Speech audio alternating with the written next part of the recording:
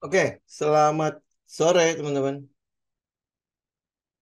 Oke, ya, oke. Kita ketemu lagi ya. Ini hari Rabu, tanggal 30 Agustus 2023 ya.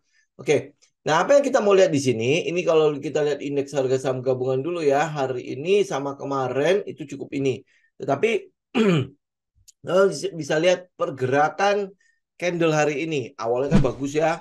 Kemudian ditutup dengan shadow yang lumayan panjang. Jadi kalau besok Kamis, Jumat ada koreksi dulu, wajar ya. Tetapi kalau kita lihat adalah usaha dari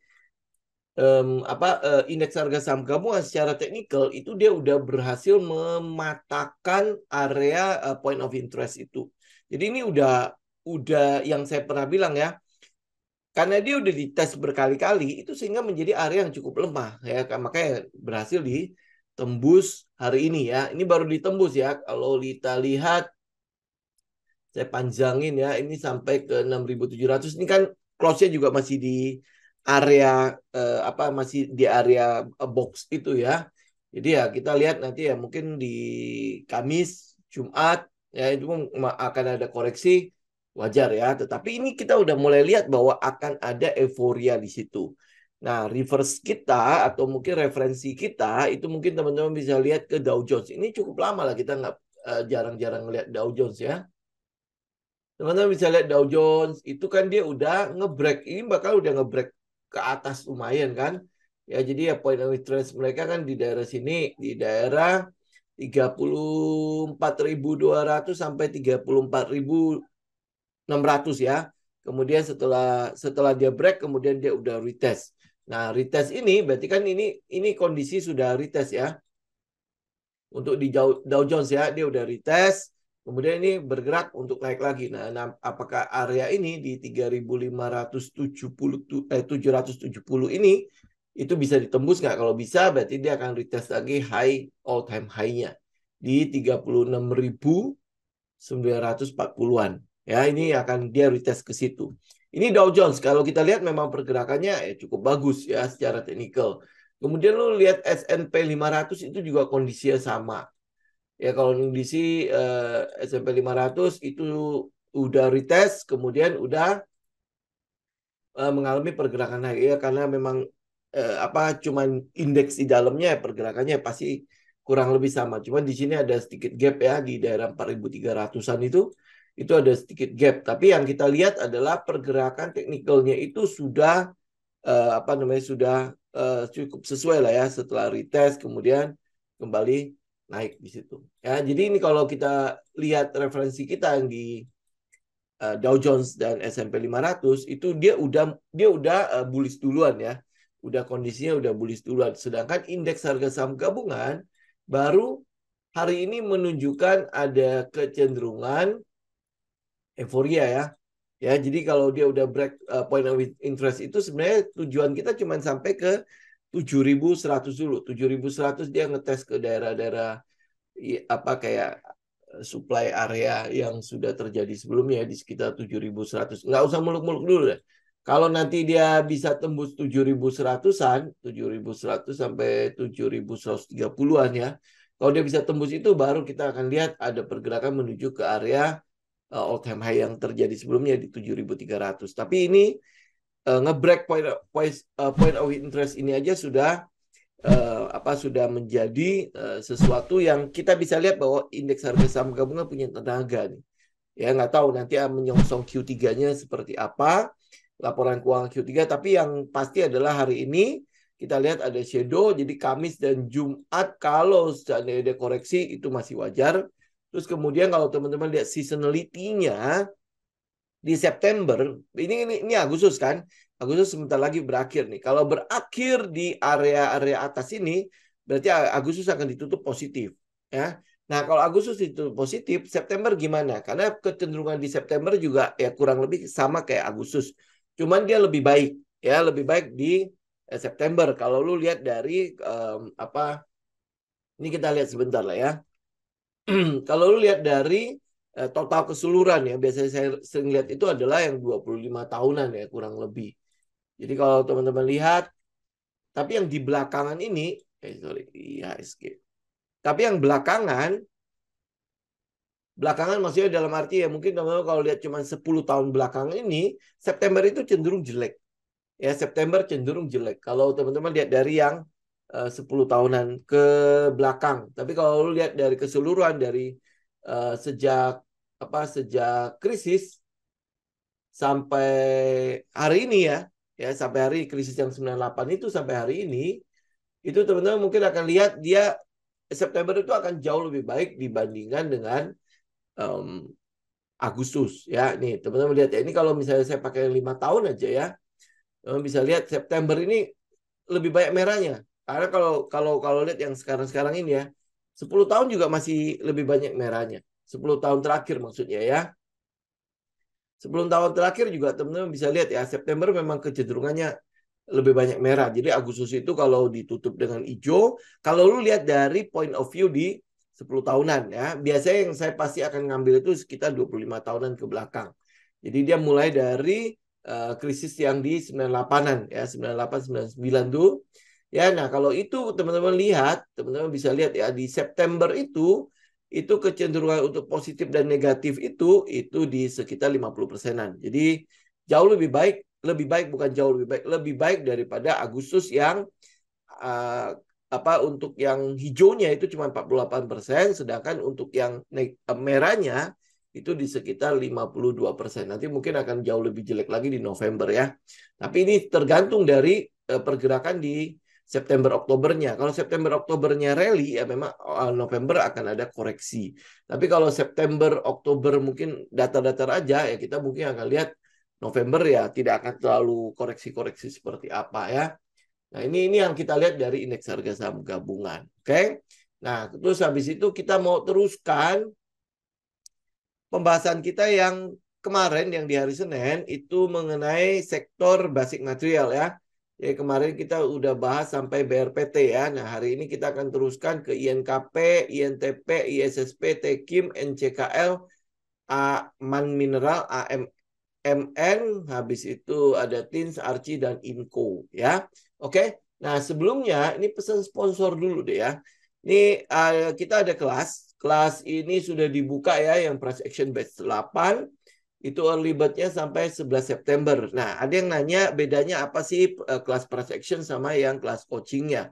Kelas price action itu kita bicara mengenai price action, artinya pergerakan harganya. Jadi di situ kita bicara mengenai lu bagaimana lu menarik support dan resisten. Terus habis itu support resisten kalau lu tarik kan banyak banget tuh. Nah, bagaimana melihat mana support resisten yang kira-kira akan dihormati sama si harganya. Jadi nggak semua support resisten bisa lu tarik dan ada gunanya. Jadi kira-kira mana yang lebih kuat itu aja ya. Kemudian ada namanya supply demand, kemudian ada namanya struktur market ya. Struktur market ini menurut saya itu merupakan sebuah inti dari price action itu sendiri. Ya kenapa? Karena kalau lu bisa membaca pergerakan harga ya bagaimana pergerakan marketnya ya, pergerakan pasarnya, maka ya harusnya lu bisa mendapatkan lumayan dari situ. Dari situ aja itu lu bisa menjadi sebuah setup buat lu. Jadi yang kita bilang soal change of character, kemudian ada break of structure ya segala macam itu di market strukturnya. Jadi kalau lu bisa membaca itu sebenarnya udah satu step, udah langkah yang jauh banget gitu ya, jauh banget buat teman-teman untuk bisa melihat pergerakan harganya. Nah, ini kelas price action ini kan cuma 2 hari ya. Tujuan kita bikin kelas price action ini adalah ya minimal lu tahu gitu loh bagaimana kondisi pasar itu bacanya bagaimana, ya chart itu bacanya bagaimana. Kemudian yang candlestick-nya. Jadi jangan cuman based on satu candle. Terus habis itu lu bisa judge bahwa ini keseluruhan trendnya adalah ini, enggak gitu ya. Jadi bagaimana lu membacanya, apa sih artinya kayak candle hari ini di indeks harga saham gabungan dia kayak bikin bahasa kerennya itu adalah dragonfly kan. Jadi kayak bisa jadi kayak batu nisan juga ya. Nah, itu artinya apa? Kenapa dia membentuk itu? Apakah kita cuma perlu melihat itu saja bahwa besok indeks harga saham gabungan akan runtuh, akan habis deh pokoknya. Lu udah tinggal kabur aja. Nah, apakah membacanya cuma itu doang? Nah, itu di kelas price action, dan itu 2 hari penuh. Dan ini online ya teman-teman ya. Jadi itu di hari Sabtu dan hari Minggu ya. Sabtu dan Minggu itu totalnya itu kurang lebih ada sekitar 6 apa 8 sesi gitu ya. Karena dari pagi sampai jam 3 sore ya. Setelahnya udah kita itu ya. Nah, kemudian ada satu lagi adalah kelas coaching ya. Nah, ini dekatan. Jadi Sabtu dan Minggunya di price action, kemudian akan langsung dilanjutkan dengan kelas coaching. Nah, buat kelas coaching ini saya boleh katakan ini kelas lanjutannya ya, kelas lanjutannya. Jadi kalau bisa teman-teman mulai dulu dengan kelas price action. Itu bisa teman-teman ambil terpisah kok. Ya, mulai dulu dengan kelas price action. Akan nanti kalau ngikutin di kelas coaching itu kita nggak bicara mengenai dasar-dasar dari bagaimana cara lu membaca grafik ya. Tapi kita lebih masuk ke dalam metode ya, ke dalam sebuah setup, di mana setup itu adalah setup mengenai bagaimana cara kita beli saham dengan caranya gajah. Ya, jadi bagaimana mendeteksinya? Oh, ini haltenya loh. Terus habis itu di situ nanti kita akan bicara mengenai setup money spot, Comet dan sebagainya. Nah, itu nongolnya di mana? Nongol daerah mana ya, jadi lebih spesifik ke arah situ. Kemudian di sini juga kita mungkin masuk lebih dalam lagi, di situ ada bagaimana cara kita memilah saham-saham secara fundamental, terus mencari story-nya, mencari cerita ya, alasan di balik pengumpulan barang yang terjadi di situ. Bagaimana mendeteksi akumulasi, bagaimana mendeteksi distribusi ya. Akumulasi berarti kita beli barang, kita ikutan beli barang. Kemudian pada saat distribusi kita ikutan jualan juga ya. Jadi ini yang diharapkan adalah teman-teman dari yang price action itu bisa masuk ke materi yang lebih dalam ya. Karena ini benar-benar kita bicara mengenai Wyckoff price cycle. Jadi sebuah setup yang lebih advance gitu ya. Oke, jadi ya harapan saya itu adalah teman-teman ikut dulu yang price actions, kecuali memang teman-teman ya udah merasa bahwa kalau cuman technical doang gua udah bisa lah gitu ya. Nah, ya udah tinggal teman-teman ikut di kelas coaching ya. Tetapi ingat ya, pada saat lu ikut kelas coaching ya, kita selalu katakan bahwa apa yang sudah lu pelajari di luar lu lupakan. Ya, karena kalau lu udah masuk ke sini itu pasti berbeda sekali ya bagaimana kita melihatnya. Jadi uptrend itu bukan cuma hanya melihat pada EMA 200 misalnya kayak gitu ya. Kita ada namanya price cycle di situ. Ada namanya wilayah di mana akumulasi ya, distribusi, kemudian ada markup, markdown ya, itu lebih ke arah situ. Kita mulai mencoba untuk mendeteksi hal itu. Jadi kita bilang apa ya, cracking smart money method ya. Itu kurang lebih seperti itu. Jadi early bird-nya itu sampai tanggal 11 September ini ya. 11 September. Jadi teman-teman juga bisa comboin itu. Combo itu maksudnya lu bisa ambil dua-duanya. Ya, harganya pasti jauh lebih murah. Nah, keterangan lebih lanjut teman-teman bisa hubungin Yuli, nomor teleponnya di situ. Nanti kalau saya upload ke YouTube juga pasti saya akan taruh di kolom komentar. Saya akan ngepin di situ, ya. Oke. Kita masuk lagi ke ini ya. Ke topik kita hari ini adalah ngelanjutin ini. Jadi ini BRPT kan segala macam udah ya. Kita akan lanjutin INKP, INTP, ISSP, TKIM, NCKL, AMMN, TINS, ARCI, sama INCO ya. Moga-moga selesai hari ini ya. Jadi saya nggak punya PR-PR lain. Ya oke, kita masuk ke INKP. Nah INKP, kalau kita bicara INKP, udah satu paket sama TKIM aja ya. Ya oke. Nah kalau teman-teman lihat dari INKP, pergerakannya kan sebenarnya sudah mengalami kenaikan di situ ya. Jadi lu kalau lihat dari bawah sini, ini kan change of karakternya. Jadi ini adalah daerah di mana ngebase-nya. Base-nya sebenarnya masih itu ya, masih gede ya. Base gede di situ. Kemudian dia sempat turun di situ. Nah, ini kan awal dari fase C ya. Ya, ini awal dari fase C, tapi dia nggak sampai tembus ke bawah lah. Cuman nyentuh-nyentuh doang di daerah likuiditasnya ya, nyentuh-nyentuh doang. Kemudian dia mulai naik ya, pergerakan naiknya teman-teman bisa lihat ini adalah satu terus habis itu sempat swing low ya, kemudian naik lagi, kemudian sempat swing low lagi, habis itu naik ya. Nah, kalau ini kita bicara kalau story-nya mungkin karena memang itu ya ada perubahan pada pada pendapatannya dan lain sebagainya ya. Saya mau bicara langsung aja ya. Kalau kita bicara INKP sama Tekim, itu kan satu paket ya, satu paket ya. Nah, lu pilih mana? Kalau saya kecenderungan saya itu saya pilih Tekim. Itu udah kita bicara di satu video mengenai INKP dan Tekim itu sebelum dia mengalami kenaikan apa-apa di sini ya.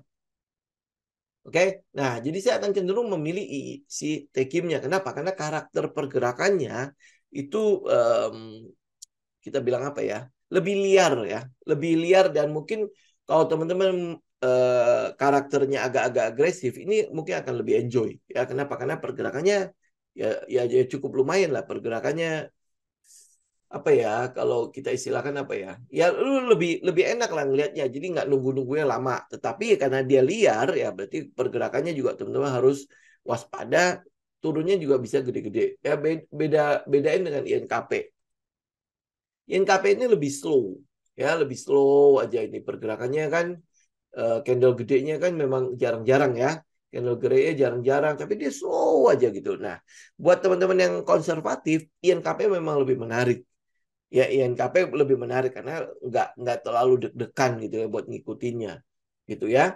Oke, nah kita kita lihat kalau teman-teman mau pakai INKP, kalau sekarang udah jelas udah lumayan cukup tinggi ya harganya ya. Tetapi dia kan udah sempat swing low di daerah sini. Ya udah sempat swing low di daerah bentar ya di daerah sekitar 9.000. Ya, ini swing low-nya di daerah 9.000. Nah, yang kita mau tunggu itu apa? Yang kita mau tunggu itu sebenarnya adalah konfirmasi adanya pergerakan naik kembali. Ya, kalau lu mau aman, karena ini NKP ini cenderung konservatif, maka lu akan menunggu dia sampai dia nge-break dulu swing high-nya. Swing high-nya itu di 10.075. Di NKP ada nggak 10.075? Harusnya ada ya per 25 ya, atau udah per 50 ya di sini ya. Ya ini akan teman-teman akan lebih aman lah ya pergerakan ke atasnya swing high ya swing high dulu apalagi kalau dia bisa sampai ngejebolin ini ya pergerakan base-nya dia di 10.400.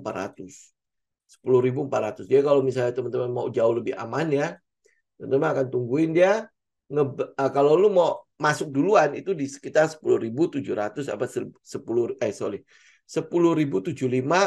ya kemudian dia biasa swing high kan, kemudian akan ada swing low lagi. Nah pada saat dia swing low, lu bisa nambah barang. Ya dia swing low, ya intinya swing high dulu, ya. Terus pada saat dia break swing high, high yang sebelumnya di 10.550 atau 10.075 itu, lu masuk, ya lu masuk. Berarti kan stop loss-nya kurang lebih di daerah-daerah sekitar 900 tuh. Ya, nah kemudian pada saat dia retest, berarti kan nanti ada swing low lagi kan? Nah, pada saat dia retest, lu mungkin bisa melakukan tambahan lagi. Jadi cicilan satunya di daerah 10.075 ya sampai 10.400. Jadi dia nanti akan ada swing high-nya. Swing high, kemudian pada saat dia retest ke bawah, itu lu baru lakukan cicilan yang kedua. Ya ini mungkin teman-teman, karena ini pergerakannya sudah lumayan tinggi lah. Pergerakan dari sekitar 8.000 kan. Ya pergerakan dari sekitar 8.000. Jadi pada saat dia nge-break area box ini nih. Area box bawah ini. Nah Tekim juga sama. Karena dia setali 3 uang kan. Tekim. Ya sekalian langsung dibahas di situ ya. Tekim juga sama. Boxnya di mana? Boxnya itu daerah sini. Nih ya, ini daerah box. Ini sempat ini kan, sempat gap down kan setelah kalau tidak salah kumdet ya. Setelah kumdet kemudian dia sempat breakdown ya. Nah, teman-teman habis itu teman-teman bisa lihat ada sebuah box di daerah sini. Di daerah sekitar 6.000 sampai ke 6.400 itu kan sebuah box ya. Nah, box itu dia ngebreak ya. Tujuannya apa dia ngebreak box itu? Sebenarnya buat nutupin dulu gap ini kan. Gap yang kebuka itu karena dia gap down itu di sekitar 6.600. Nah, 6.600 dia udah ketutup. Nah, udah ketutup habis itu dia bikin box. Ya, ini kalau tidak salah, saya udah sempat mention juga waktu Tekim bikin box di sini. Di daerah 6.400 sampai di atas tuh, sampai ke sekitar 7.000. Ya, ini udah sempat saya mention juga. Jadi ini box ke box kan. Ini box, ya break ya, kemudian dia sempat bikin box lagi di daerah 7.000. Jadi ini sebenarnya untuk teman-teman konservatif daerah 7.000 itu sebenarnya udah dapat. Ya udah dapat. Nah, sekarang posisinya apa? Floating floating kan untuk si Tekim kan. Kemudian dia sempat retest. Jadi kalau ini sepanjangin aja ya. Saya panjangin dia sempat retest. Retest sampai kemana? Ke 7.200 sampai 7.500. Dan itu juga udah kita mention juga pada saat dia retest ya. Ya dia retest kurang lebih akan sampai kemana. Nah sekarang kalau gue mau masuk Tekim lagi. Ini kan ceritanya waktu dia retest gue nggak ambil nih. Waktu retest nih di daerah sekitar 7.500 atau 7.300 gue nggak ambil nih. Ya, nah kalau teman-teman mau jauh lebih aman adalah tunggu dia ngebreak 8.500 untuk Tekim ya. Tapi ini ingat ya, karena ini pergerakannya sudah dari area berapa nih? 6.400. Ya, 6.400 sampai ke nanti kalau sampai ke atas ke daerah-daerah sekitar 8.500 itu floating profit ya kalau mereka ngambil dari bawah itu sudah 30% lebih. Ini floating profitnya ya. Ya, jadi ya teman-teman harus hati-hati ini karena apa? Karena pergerakan ini itu bukan pergerakan yang fresh, yang baru. Ya karena dia udah ada 2 kali cicilan. Orang-orang sudah melakukan cicilan 2 kali ya. Kalau daerah sini sebelum dia itu ya sebelum dia turun di 8.500 8.300 itu sebelum dia turun, mungkin ada yang taking profit ya. Nah, kalau mereka ambil lagi di daerah 7.500 sampai ke atas sampai di daerah atas itu udah floating sekitar 13%. Ya, jadi ya teman-teman bukanlah orang-orang yang baru masuk. Ya, bukan orang-orang yang baru masuk. Jadi perlu teman-teman perhatikan karena sudah ada yang floating profit di Tekim maupun di NKP. Ya. Jadi oleh sebab itu ya kalau misalnya lu mau benar-benar panjang sekali perjalanannya ya udah agak terbatas gitu ya kalau boleh kita katakan karena harga lu udah nggak bagus-bagus banget. Jadi dia akan lebih ke arah swing aja untuk Tekim. Jadi akan ada banyak sekali swing high swing low setelah ngebreak daerah 8.500 kecuali memang ada katalis yang bagus banget untuk si Tekimnya. Karena gini, semua orang pasti akan melihat pada puncak ini kan. Puncak yang ini. Ya, puncak Tekim yang pernah terjadi di sekitar 1.700-an. Sama INKP juga kurang lebih begitu. Jadi teman-teman akan lihat ya, setelah dia ngebreak ini, ngebreak 8.500 sampai 9.000, ya itu akan banyak sekali yang swing high, swing low di daerah situ. Karena ini kan pasti udah ada, ini kan udah daerah markupnya kan. Pergerakannya kalau memang story-nya bagus, dia memang akan menuju ke daerah 1.700. Tapi perjalanan menuju ke 1.700-nya, ingat, itu bukanlah perjalanan yang akan smooth gitu ya, langsung to the moon gitu. Enggak. Ya ini udah pasti akan perjalanan banyak sekali yang manuver-manuver swing high, swing low gitu loh. Ya ngerti ya? Kenapa? Karena ini bukanlah harga yang terbaik untuk teman-teman go long gitu loh. Teman-teman akan lihat banyak swing di atas lagi gitu. Perjalanan menuju ke atas. Ini lihat kan puncaknya kelihatan kan? Ya, jadi kalau dia udah break 8.500 sampai 9.000, ya itu pergerakannya akan swing high, swing low terus gitu. Kecuali memang katalisnya bagus banget ya sehingga pergerakannya mungkin akan jauh lebih banyak didominasi oleh candle-candle gede. Ya, nah ini tinggal lihat katalisnya apa nih. Karena setahu saya itu ekspornya kan sebagian besar ke China ya. Untuk si pulp and papernya si Tekim maupun NKP kan. Sebagian besar ke sana. Nah, ekonomi China kan katanya lagi letih lesu banget gitu kan. Nah, itu lu mesti pantau juga gitu loh. Pergerakannya gimana nih. Apakah dia mungkin ini kan sekarang dolar kita rupiah kita sangat-sangat lemah kan. Nah, rupiah yang sangat lemah itu kalau ekspornya terus baik, itu sebenarnya Tekim ini bisa dapat selisih kurs yang cukup gede, cukup besar di situ. Ya. Jadi ya teman-teman ya tinggal perhatikan katalisnya, cari story-nya, ada sebuah story yang lain nggak selain cuman ekspor itu aja atau jangan-jangan dia mungkin ini kan masuk ke tahun pemilu nih, pasti butuh kertas banyak banget kan. Nah, itu dia dapat bagian nggak di situ. Nah, itu bisa menjadi sebuah katalis walaupun mungkin katalisnya tidak akan segede kalau ekonomi China-nya kembali booming gitu ya.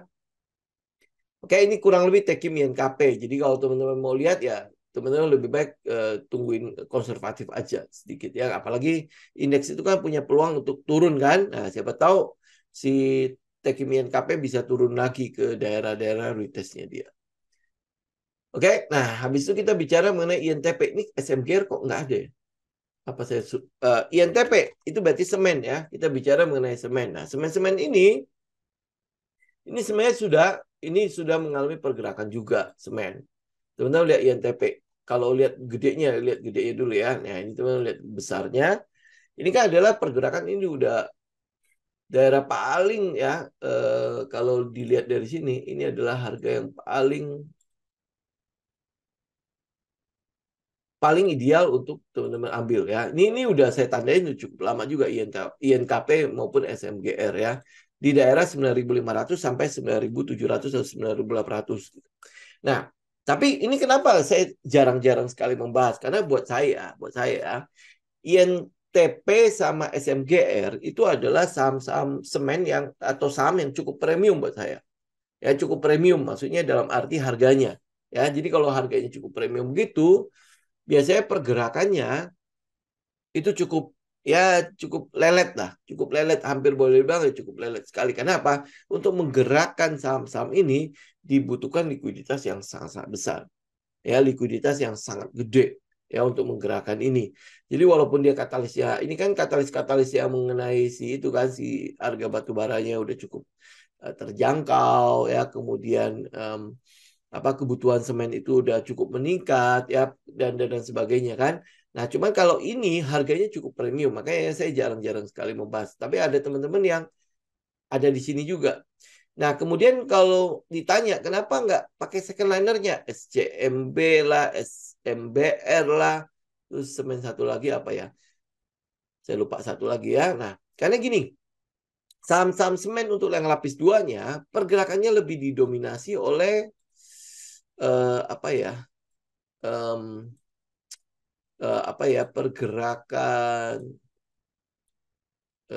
ya sering digoreng lah, yang ngomong gitu aja ya, sering digoreng ya, jadi ya saya kurang gitu suka gitu loh. Dia nggak punya story di situ, tetapi gorengannya lebih kenceng ya untuk yang lapis duanya. Jadi ya makanya ya udah teman-teman, kalau untuk semen sih memang jauh lebih baik pilih yang INTP kalau nggak SMGR ya. Cuman ya ini yang saya bilang harganya cukup premium. Harga premium di sini seperti apa? Lu lihat ya, satu lotnya itu lu bandingin sama modalnya lu lah.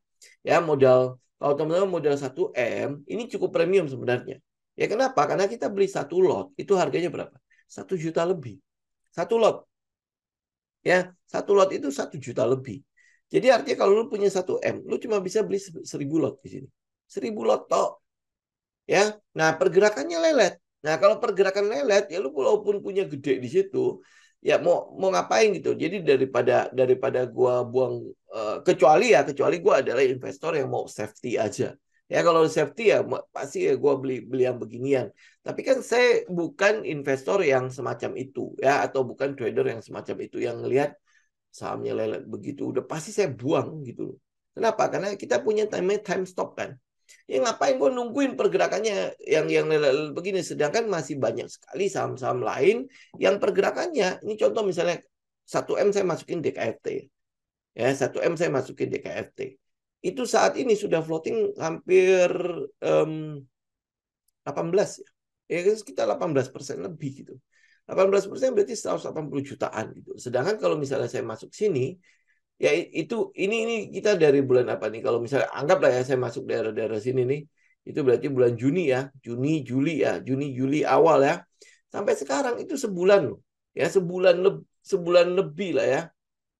Anggap saya masuk sini, pergerakannya berapa? 15%, 16%, ya kan? Gitu loh. Nah, tetapi teman-teman lihat ya, em, apa eh, pergerakan INTP ya ini hari ini udah turun lagi berapa persen ya, turun segitu gitu ya. Nah ini karena leletnya itu ya, sehingga gimana bilangnya ya, sayang gitu loh, uang kita masih, kecuali nggak punya pilihan lain ya, kecuali nggak ada saham lain gitu ya, jadi ya kita ambil masuk yang saham-saham premium seperti ini. Tapi kalau ada saham-saham lapis 2 atau mungkin saham di lapis 1 tapi harganya masih cukup menarik ya, kemudian katalisnya juga bagus, kita pasti akan lebih memilih yang itu dibandingkan dengan eh, saham-saham yang kayak gini ya. Ini bagian dari apa money management ya. Jadi teman-teman ngatur dari awal, teman-teman maunya seperti apa. Makanya kalau saham-saham kayak Indofood, apa ICBP, INDF, terus UNVR segala macam itu jarang-jarang saya bahas karena memang saya sendiri juga nggak terlalu suka masuk ke dalam situ gitu. Kenapa ya? Karena mereka cenderung adalah saham-saham untuk yang investor yang dalam tanda petik safety gitu. Jadi ya mereka nggak ngelihatnya 1 bulan atau 2 bulan ini gitu. Tapi ya lihatnya nanti mungkin ya berapa tahun ke depan gitu. Nah kalau kita trader kan gimana ya? Dari sisi money management kita udah apa ya udah sangat-sangat konservatif itu kalau buat seorang trader ya karena itulah makanya saham-saham ini kita tidak pilih ya, tapi memang oke teknikalnya bagus kok kalau teman-teman lihat dari sekarang ya pergerakan sekarang ya tentu ini udah harga juga kita bilang udah harga cukup tinggi ya apalagi kalau lihat dari likuiditas yang ada supportnya kan di sekitar 9.500 harganya sekarang udah di sekitar 10.000 atau 11.000 ya itu naiknya udah lumayan tinggi lah udah sekitar 10%-an kan floatingnya kan. Ya, jadi ya teman-teman kalau mau ya lebih safety-nya adalah tunggu dia break box ini. Ini kan dia sedang bikin box nih. Ya, nah dia kan sedang bikin box tuh. Nah, tunggu dia break box ya, apalagi di atasnya ada resisten. Ya, berarti kan dia nge-build up tuh. Build up di apa di bawahnya resisten. Itu sebenarnya cukup bagus untuk pergerakan teknikalnya ya. Cuman ya kalau buat saya ini referensi saya aja ya, teman-teman nggak usah ikutin. Tapi kalau teman-teman suka ya lebih baik di situ kan. Ya, pokoknya jangan ikutin referensi saya. Cuman kalau saya bicara di sisi saya. Ya, jadi kalau ya siapa tahu teman-teman jadi itu ya, oh eh, dari sisi money management ya ini sebenarnya tidak terlalu ini ya, tidak terlalu agresif saham-saham seperti ini. Oke. Ya dia bikin box di situ. Jadi ya lu bisa tunggu dia break box. Ya break box itu ya kita ambil yang close-nya aja di sekitar 11.300. Tapi ingat ya setelah break box itu ada resisten di atas itu. Ya ada resisten. Jadi kalau melihat keadaan teknikal kayak gini, saya jauh lebih nyaman tunggu dia ngebreak resisten. Kalau saya mau masuk lagi, ya. Kalau udah floating profit ya sudah tinggal ikutin aja, tinggal pasang trailing stop aja kan. Nah, jadi kalau teman-teman mau ikut lagi, ya berarti teman-teman akan tunggu dia break di sekitar 11.600 sampai 11.900. Ya, jadi kalau lihat kayak gini, ini sebenarnya sudah sangat-sangat tidak menarik kalau buat saya. Ya, untuk teknikalnya si semen INTP ini ya sudah tidak terlalu menarik. Dia akan menarik lagi kalau dia bisa break ya, break area itu jadi nanti ya setelah break dari sebentar ya. Setelah break dari 11.600 atau 11.900, dia akan dihadang oleh resisten di sekitar 13.000. Nah, akan lebih menarik setelah dia ngebreak 13.000. Ya, kenapa? Karena resisten selanjutnya itu ada di 16.000.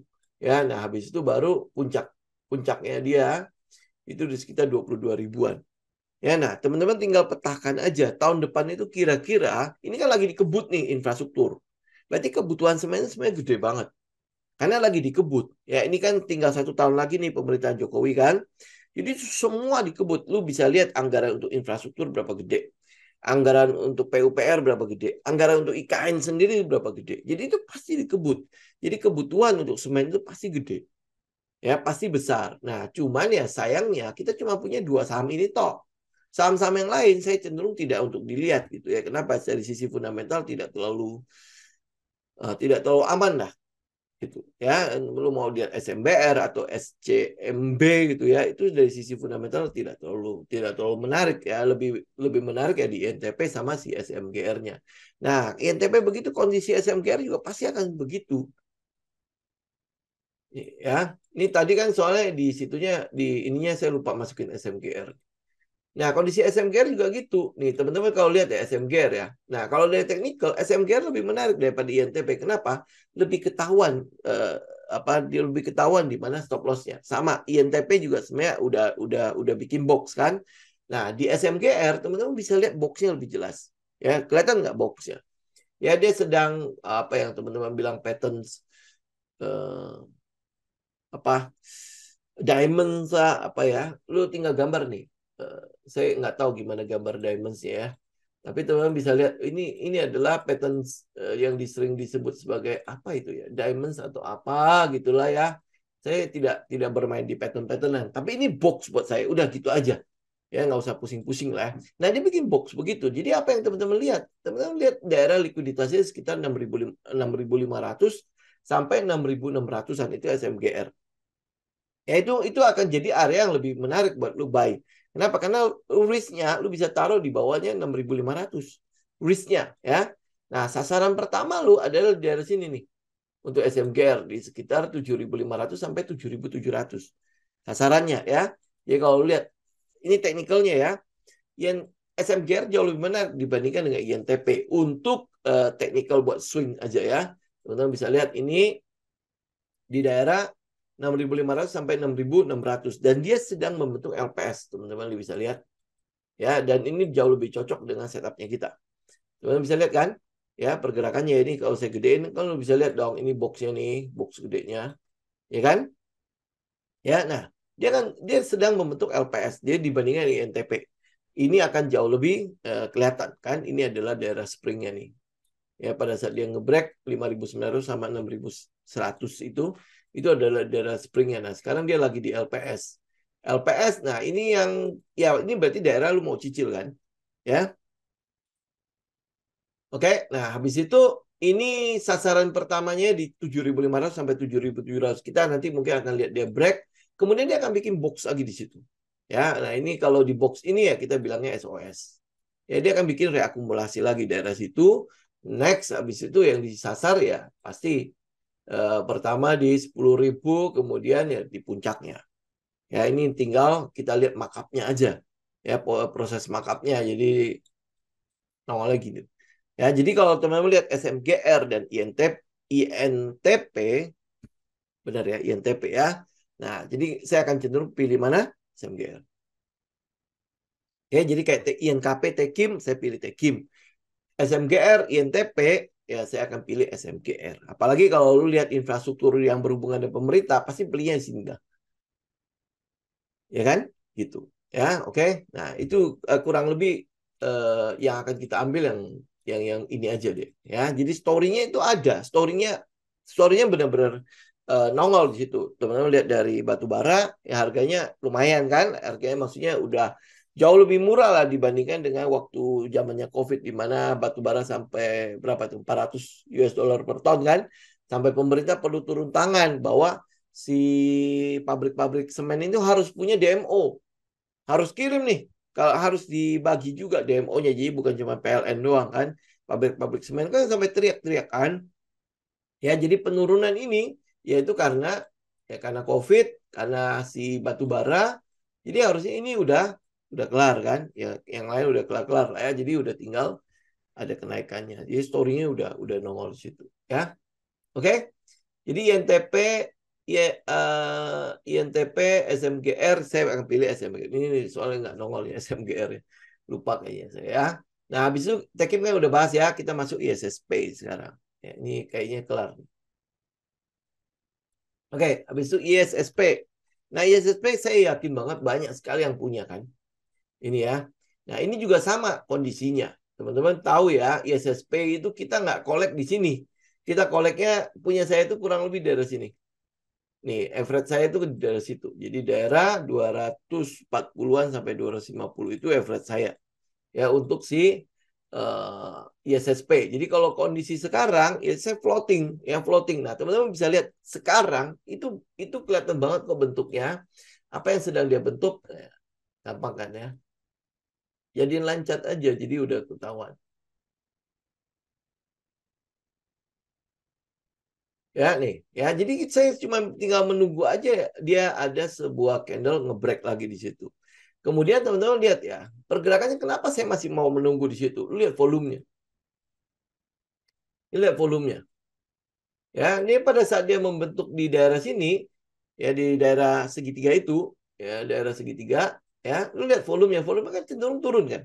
Turun itu maksudnya apa? Berarti daerah situ ya mereka sedang wait and see. Tapi hari ini kok saya ngeliat satu volume yang lumayan gede terus habis itu bentuknya doji ya. Di situ artinya apa? Artinya memang sudah dibawa-bawa lagi nih. Di daerah-daerah bawah nih udah mulai ada koleksi-koleksi yang ada nongol di daerah situ nih. Saya volume hari ini lumayan gede, tapi anomali. Ya, anomali kenapa? Karena volume gede, tapi pergerakan candlenya nggak ada. Ya, nggak ada. Jadi ya, moga-moga ini sudah di ujung ya.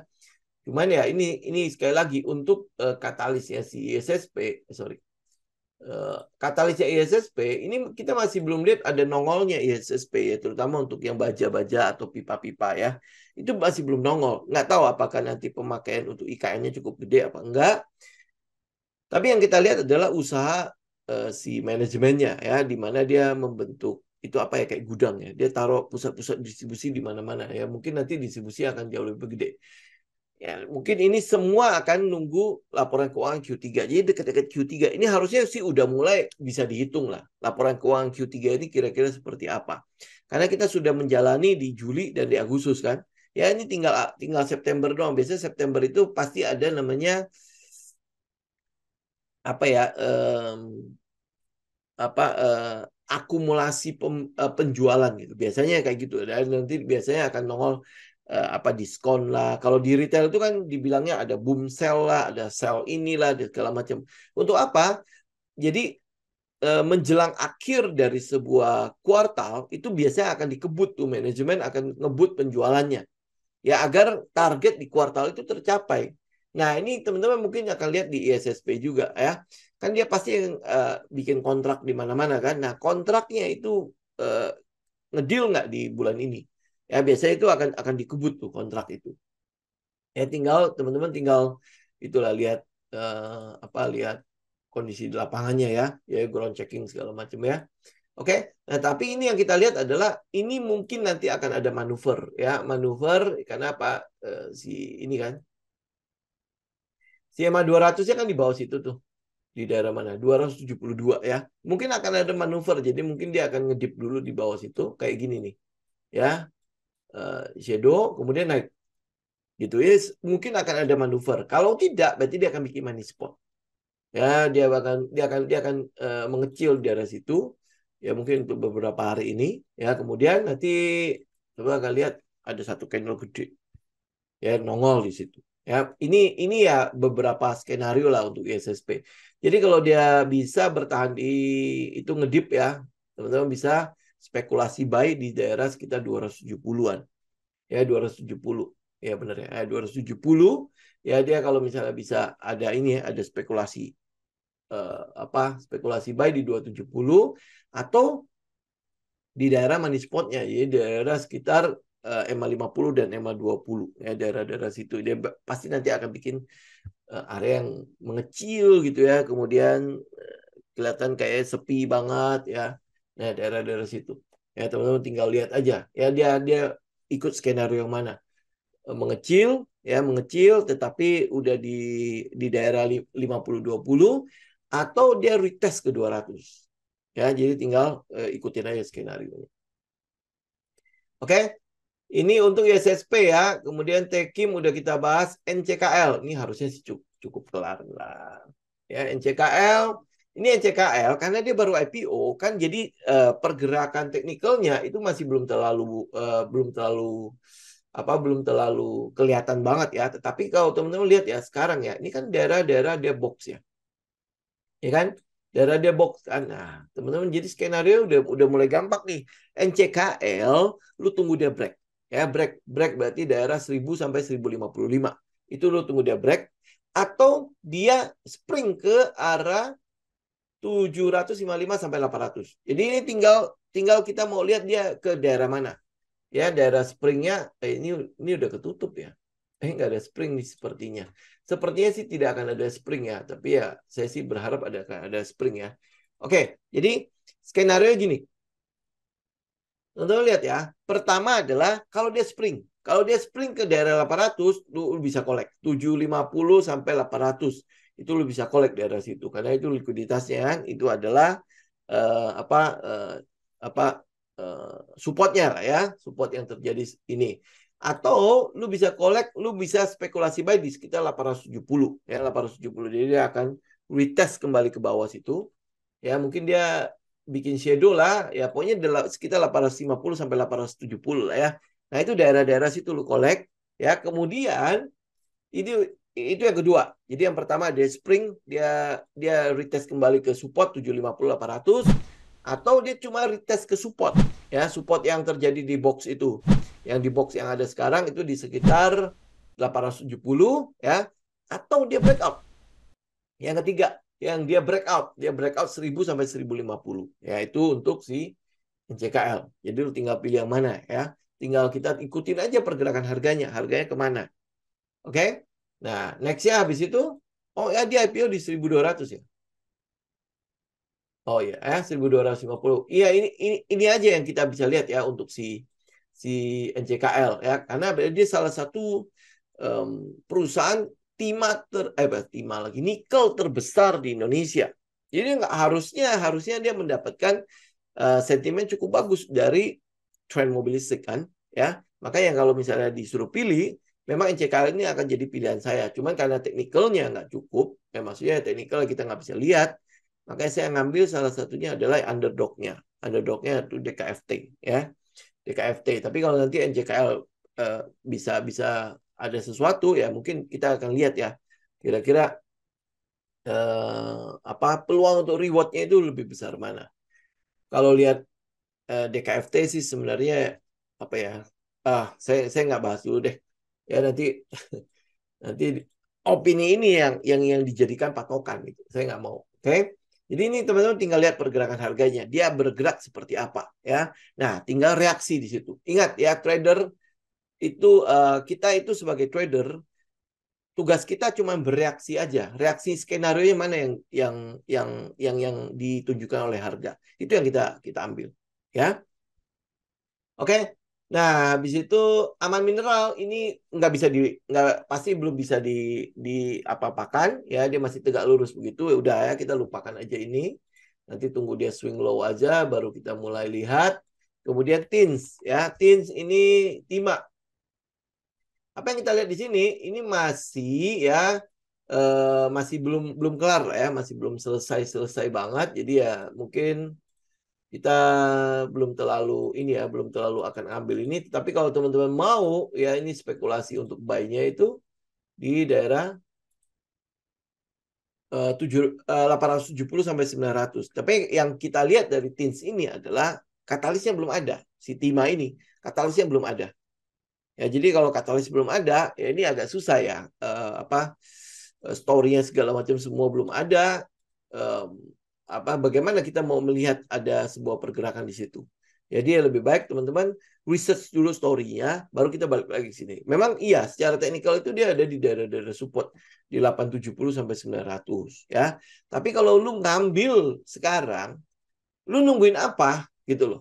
Ya, lu nungguin apa? Jadi kita butuh ada sebuah skenario target kita. Oke, kalau teknikal, dia nanti bisa balik lagi loh ke sekitar 2000-an ya dan sebagainya kan. Tapi itu kan butuh alasan. Ini yang saya bilang cracking smart money method ya. Dia butuh alasan. Kalau dia nggak ada alasan, gimana dia mau melakukan pengumpulan barang? Buat apa? Oh, gara-gara dia disupport. Ini bisa jadi loh ya. Murah itu selamanya akan murah. Wah, dia oke, kelihatannya murah kalau lu bandingin dengan topnya di sekitar 2000 ya. Tapi dia bisa selamanya murah loh. Dia bisa selamanya murah. Bisa jadi 2-3 tahun di daerah sini. Gitu kan? Kenapa ya? Karena nggak ada story-nya. Itu nggak ada sebuah alasan yang menggerakkan terjadinya akumulasi di sini. Ya kalau nggak ada ya gimana? Makanya kan PR itu penting kan. Alur itu jadi penting banget kan. Story katalisnya lu dapet, ya habis itu kita lihat fundamentalnya. Oke lah, Tins kita nggak raguin fundamentalnya. Ya, tetapi kalau lu udah masuk ke story-nya aja nggak ketemu, ya walaupun teknikal yang menarik, apa yang mau kita pegang ya? Gitu ya, kira-kira dia tujuannya kemana nih? Jadi ini sama kayak sebuah bus, tapi nggak ada tempelan tujuannya, nggak ada tempelan pelangnya gitu loh. Jadi kalau lu naik situ, ya kapan dia berangkat? Nggak tahu kita. Ya kan, nah habis itu kalau lu nggak punya tujuan, busnya juga nggak punya tujuan, kira-kira gimana ya jalannya? Apa yang lu mau lakukan di situ gitu loh. Ya ini ya kurang lebih kayak gitulah ya. Jadi kalau Teens ya memang menarik secara teknikal ya, tetapi bisa jadi dia murah, dia tetap di situ, semurah-murahnya dia bisa tetap di situ. Gitu ya. Oke. Nah, ini mungkin Saya masuk ke Inco dulu ya, ini agak panjang soalnya. Nah, Inco, saya pernah mention ya mengenai daerah 5 ribuan. Ya, waktu itu kan, oh ya ini udah nih. Ini di daerah 4.750 sampai 5.000 ya. Waktu itu ya kita ini satu lagi nih sekitar 5.400 ya. Waktu itu ya kalau lu lihat di 4.700 sampai 5.000 itu adalah supportnya ya. Tetapi area yang mau kita tunggu itu di 5.250 sampai 5.400 ya. Nah, kalau teman-teman lihat dari pergerakannya gimana caranya ya? Waktu itu kan ada yang sampai ngomong kan, gimana caranya dia sampai ke 5.400? Bagaimana caranya dia sampai ke 5.200? Kita nggak tahu gimana caranya. Tetapi waktu harga menuju ke situ, kita mau bereaksi aja udah. Gitu. Ini kan sekarang sedang dibahas adalah divestasinya kan. Ya di Minds.id sudah nyiapin dana. Kemudian diharuskan banyakan ya, jadi kalau bisa udah jadi pengendali. Kemudian belajar dari Freeport, dia nggak mau lagi nanti yang Freeport itu terulang, karena teman-teman lihat ya Freeport ya suka-suka dia. Padahal kita mayoritas ya, pemerintah mayoritas kan, tetapi untuk ngatur Freeport kayaknya susah banget. Kenapa? Karena ada perjanjian di dalamnya yang walaupun lu mayoritas nggak ada gunanya gitu loh. Maksudnya ada apa namanya uh, blok it vote atau apa gitu. Nah, belajar dari situ, nah si Minds.id mau di apa divestasi si Inco itu dia mengharuskan beberapa syarat di situ. Termasuk ya itu perjanjian itu ya yang dimana ada apa ya vote yang diblok itu segala macam ya. Sehingga membuat lu mayoritas juga percuma karena apa dia punya kayak apa ya kita bilang suara istimewanya lah sehingga ya apapun keputusannya nanti bisa jadi mentah lagi gitu kan. Nah itu di situ yang alotnya ya, walaupun ya oke si Vale itu juga sudah oke kok untuk melepas sampai mayoritas ya, tetapi ada perjanjian-perjanjian yang membuat walaupun kita jadi mayoritas di situ tapi kita dirugikan gitu. Ya, jadi maka dari itu ini masih cukup alot di situ. Nah, mungkin karena kealotan itu ya harga harga terus itu loh terus di bawah turun nih. Teman-teman bisa lihat ya pergerakan itunya ya, volumenya ya. Pada saat turun ini, lihat ya volumenya memang cenderung gede. Ya memang cenderung besar gitu. Nah, karena itulah makanya kayaknya 5.400, 5.200 ini bisa jadi bisa kita ambil gitu. Ya bisa jadi kita ambil ya, apalagi kalau lihat dari daerah sini ini kok gap-gapnya kan ada ya, gap yang bawah di 5.000 juga ada nih, itu ada gap, di sini ada gap ya, lebih kelihatan kok gap yang di ini ya di daerah 5.400 sampai 5.200 itu gapnya lebih kelihatan ya, teman-teman bisa lihat ya. Jadi makanya itu pergerakan harga, lu kalau mau bilang heran ya ya memang begitu gitu kan. Ada yang bilang kan, katalis duluan apa pergerakan harga dulu. Ya ini kan kalau kalau tanya begini kayak bicara telur sama ayam. Telur sama ayamnya. Mana duluan? Coba ituin. Ya kita cuma bisa bereaksi aja. Ya pada saat harga mulai nutupin gap, apa yang lu lakukan? Ya sesuai nggak dengan story-nya lu? Ya, karena ini kan sama kayak NCKL kan. Dia adalah produsen untuk nikel. Ya nikel juga kan. Kemudian kita lihat udah dia Inco itu udah bangun kerjasama cukup banyak lah, termasuk dari China juga kan untuk baterai listrik segala macam. Ini semua sebenarnya udah siap, cuman ya sekarang katalisnya adalah memang negatifnya itu adalah di divestasinya. Pasti pemerintah juga pengennya divestasi yang cukup murah, ya kan? Gitu kan. Dan di satu sisi si Vale juga pasti akan mencoba untuk bertahan tinggi ya. Kenapa ya? Karena teknologi semua udah di sini. Masa gue ngasih begitu aja ya. Nah, tetapi ya dari Vale-nya juga pasti mikir ya. Kenapa? Karena cadangan nikel kita itu kan nggak gede-gede, nggak sebesar yang lain kan. Kita kalau nggak salah penghasil nikel ketujuh ya, ketujuh terbesar di dunia gitu ya. Oke, jadi ya kita masih akan tunggu untuk si Inco-nya di sekitar 5.400 sampai 5.200, masih daerah situ. Masih daerah 5.000-an. Kita mau tunggu dia di daerah situ. Oke. Kemudian yang terakhir Archie, saya kelarin aja lah sekalian ya. Archie, nah Archie ini mungkin ya memang ada tekanan itu di daerah penurunan itu ya, penurunan untuk harga emasnya ya. Tetapi kalau teman-teman lihat Archie ya, pergerakan Archie itu kan lebih liar ya, cukup liar sekali ya. Karena itulah makanya pilihan kalau emas, kan emas itu kan ada Antam, ada si BRMS sama si Archie ini kan. Ada SKMI juga, ada si satunya lagi saya lupa saham apa gitu ya, J PSAB kalau nggak salah ya. Nah, kalau lihat dari yang ini semua, memang teman-teman pasti akan lihat Antam itu ada fundamental paling bagus, punya pemerintah dan lain sebagainya. Tapi saya nggak ambil itu. Karena apa? Karena ya semua retail pasti akan nongol dari situ kan. Yang kita ambil yang lebih agresif, lebih cocok gitu ya, itu adalah BRMS. Story-nya itu jelas banget BRMS itu. Story-nya dari ini ya, dari pemilik lamanya menuju ke pemilik yang bukan pemilik baru, investor yang baru saat ini, itu udah jelas banget berbeda dari operation cost-nya segala macam ya dan sebagainya. Um, itu ya itu cukup inilah, kita jauh lebih menarik lu lihat ke situ lah, itu ngomong gitu lah ya. Nah kedua lu bisa pilih adalah si Archie ini. Yang ketiga mungkin ada PSAB, SKMI, PSAB, SKMI itu sering dipakai untuk goreng. Archie ini pun lumayan sering untuk dipakai buat digoreng ya. Karena apa? Karena ya mungkin balik lagi ke story-nya. Cuma ini mungkin karena ada si Peter F. Konta aja ya di daerah situ ya. Kemudian kalau kita lihat teknikalnya itu sesuai ya, maksudnya sesuai dengan setupnya kita ya, sama kayak BRMS kan. Cuma BRMS duluan. Ya, dan itu lebih jelas untuk BRMS-nya. Dia ada pabrik pertama, kedua, kemudian sekarang ketiga itu sebentar lagi jadi. Mungkin habis itu nunggu yang keempat kan. Ini udah clear banget gitu loh story-nya. Ini kalau story-nya udah clear banget ya kenapa lu harus spekulasi ke tempat lain ya. Nah, Archie ya mungkin memang dia udah balik ke daerah supportnya lagi nih. Ini pergerakan untuk technical ya masih cukup bagus. Ya berarti ya lu bisa collect lah daerah-daerah sini. Ini kan adalah likuiditasnya kan di sekitar 3.200 sampai 3.000 sorry 328 sampai 344 ya, lu bisa lihat volumenya juga terus mengecil kan ya. Ini mungkin nanti akan ada money spot terus habis itu baru mulai ngebreak lagi ya. Tetapi kalau lu lihat pergerakannya dan story-nya, alurnya semua memang paling pas untuk emas itu adalah BRMS ya, buat saya ya. Ya ini kalau lu lihat dari metodenya kita, setupnya kita, paling pas itu memang di RMS. Jadi udah clear banget lah ya.